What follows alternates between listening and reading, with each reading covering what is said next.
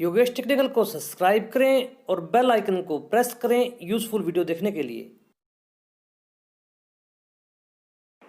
नमस्कार दोस्तों, योगेश टेक्निकल में आपका फिर से बहुत बहुत स्वागत। दोस्तों आज के इस वीडियो में हम एक विंडो एयर कंडीशनर में गैस चार्जिंग करेंगे और वो सभी स्टेप मैं आज आपको इस वीडियो के माध्यम से बताऊंगा जो एक विंडो एसी में गैस चार्जिंग करते हुए हमें अपनाने चाहिए और वो कौन सी अच्छी आदतें हैं जिन्हें आप अपनाकर एक विंडो एयर कंडीशनर में अच्छी तरह से गैस चार्जिंग कर पाएंगे और अपने पर्यावरण को भी नुकसान होने से बचा लेंगे।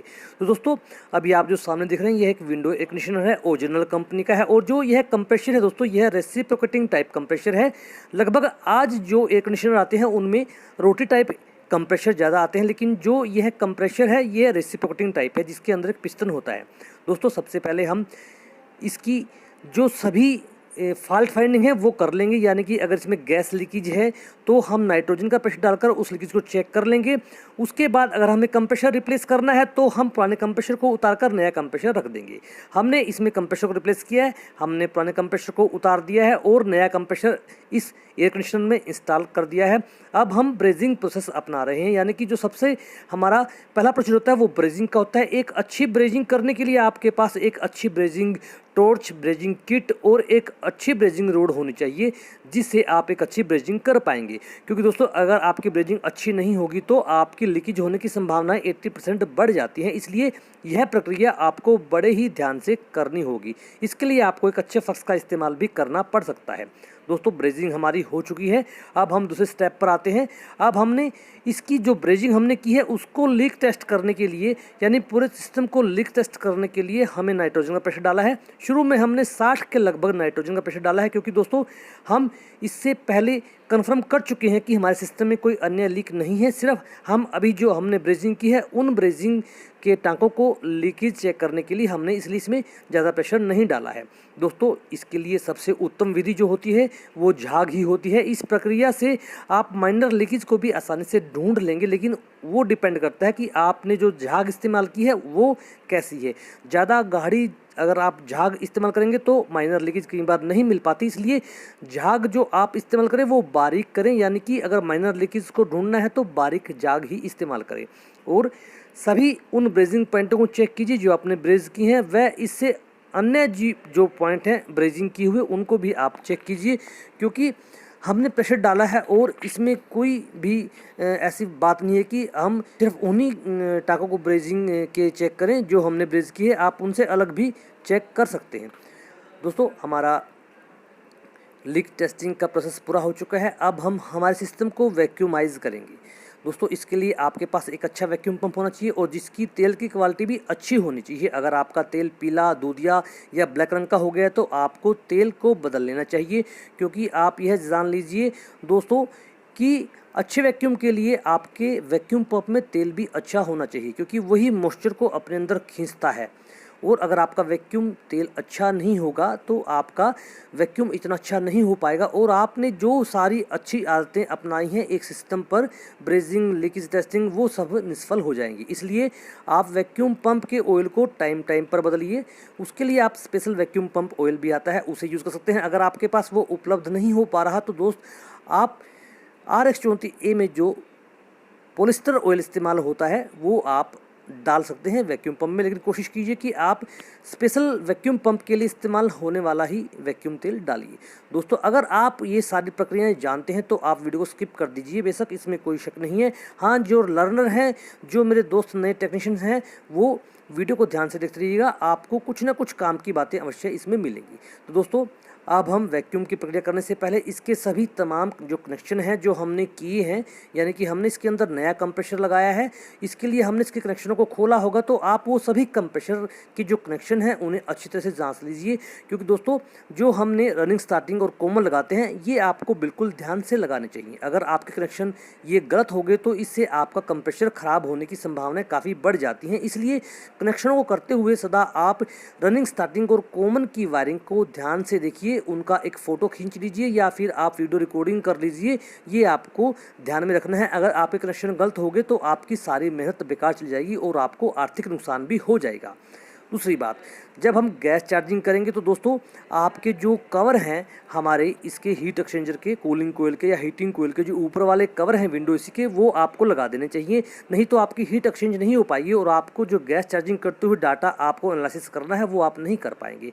आपने जो कैपेसिटर इस्तेमाल किया, अगर 3 पोल का कैपेसिटर आप इस्तेमाल कर रहे हैं तो उसके कनेक्शनों को भी जांच लीजिए दोस्तों, क्योंकि यहाँ से भी रनिंग स्टार्टिंग गलत होने के चांस बढ़ जाते हैं। क्योंकि जो 3 पोल का जो दोस्तों कैपेसिटर होता है उसके अंदर फैन का एक अलग से पोल दिया होता है, जो हमारा विंडो का फ़ैन होता है, जो हवा हमारा ब्लोअर लगा होता है और पीछे फ़ैन लगा होता है, उसका भी कैपेसिटर इस 3 पोल वाले कैपेसिटर में इंक्लूड होता है। लगभग आप इन कंप्रेसरों के साथ 2 पोल वाला कैपेसिटर ही देख पाएंगे, लेकिन इसमें 3 पोल का कैपेसिटर लगा है, जिसमें कि 6 MFD का जो कैपेसिटर है वो इसके अंदर इनबिल्ट है, जो हमारी फ़ैन मोटर के लिए दिया गया है। इसलिए इन कनेक्शनों को करते हुए आपको जल्दबाजी नहीं करनी है, यह मैं आपको दोबारा से फिर बता रहा हूँ दोस्तों।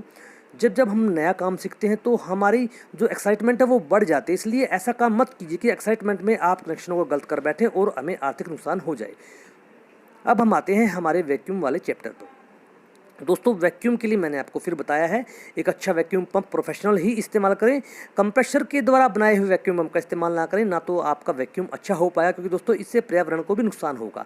अगर पूरी तरह से वैक्यूम नहीं होगा हमारा सिस्टम तो हम वो तापमान नहीं प्राप्त कर सकेंगे जिससे कि हमारे पर्यावरण में कार्बन डाइऑक्साइड का स्तर बढ़ जाता है। क्योंकि अगर एसी तापमान प्राप्त नहीं करेगा तो वो बार बार चलता रहेगा और वो कट ऑफ नहीं करेगा, जिससे हमारे थर्मल प्लांट जो बिजली बनाते हैं वो भी लगातार चलते रहेंगे।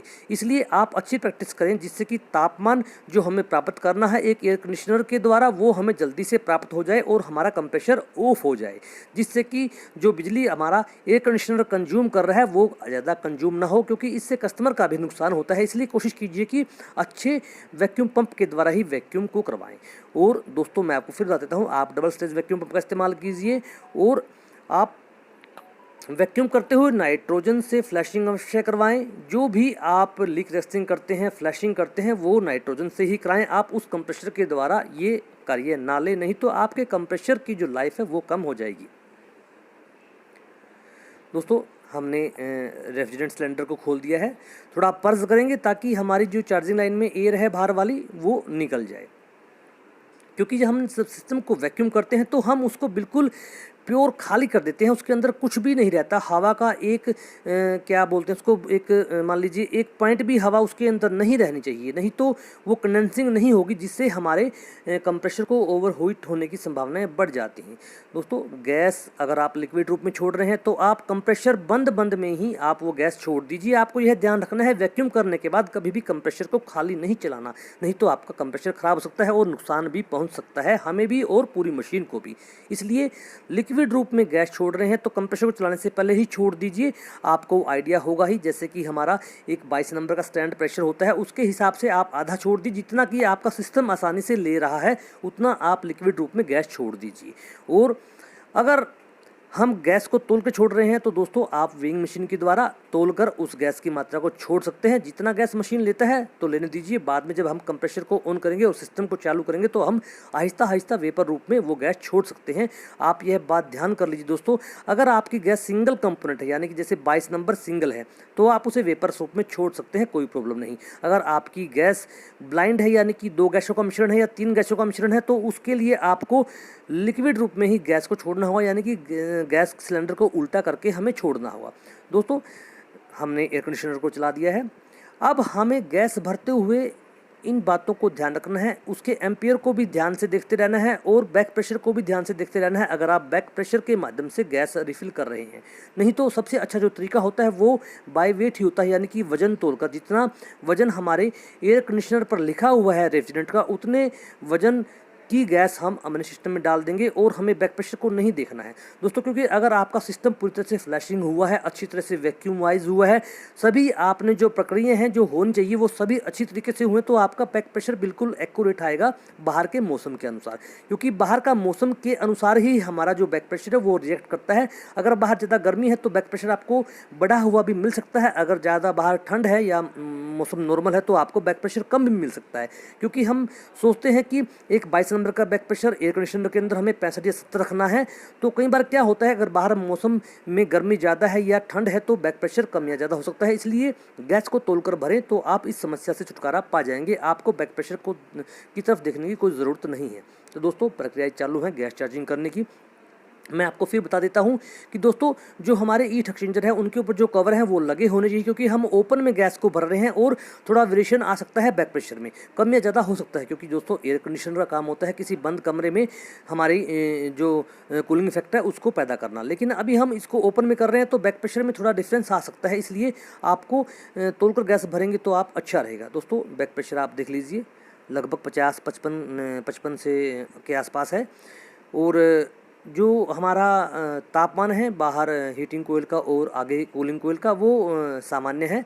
इसको आपको महसूस करते रहना चाहिए, क्योंकि इससे आपके जो तजुर्बा है उसमें इजाफा होता है कि एक नॉर्मल वे में जो एयर कंडीशनर काम कर रहा है उसका तापमान कैसा और कहाँ कहाँ पर किस प्रकार का होता है। तो दोस्तों, रेफ्रिजरेंट को तोलकर भरिए। जैसा आप देख सकते हैं इसकी नेम प्लेट पर रेफ्रिजरेंट लिखा हुआ है। इसमें जो रेफ्रिजरेंट है, अगर इसमें 800 ग्राम है या 850 ग्राम है, उतना आप वजन तोलकर रेफ्रिजरेंट को डाल दीजिए तो आपको बैक प्रेशर देखने की ज़रूरत नहीं है। मैं आपको फिर बताता हूँ। देखिए दोस्तों, 850 ग्राम गैस इस पर लिखी हुई है।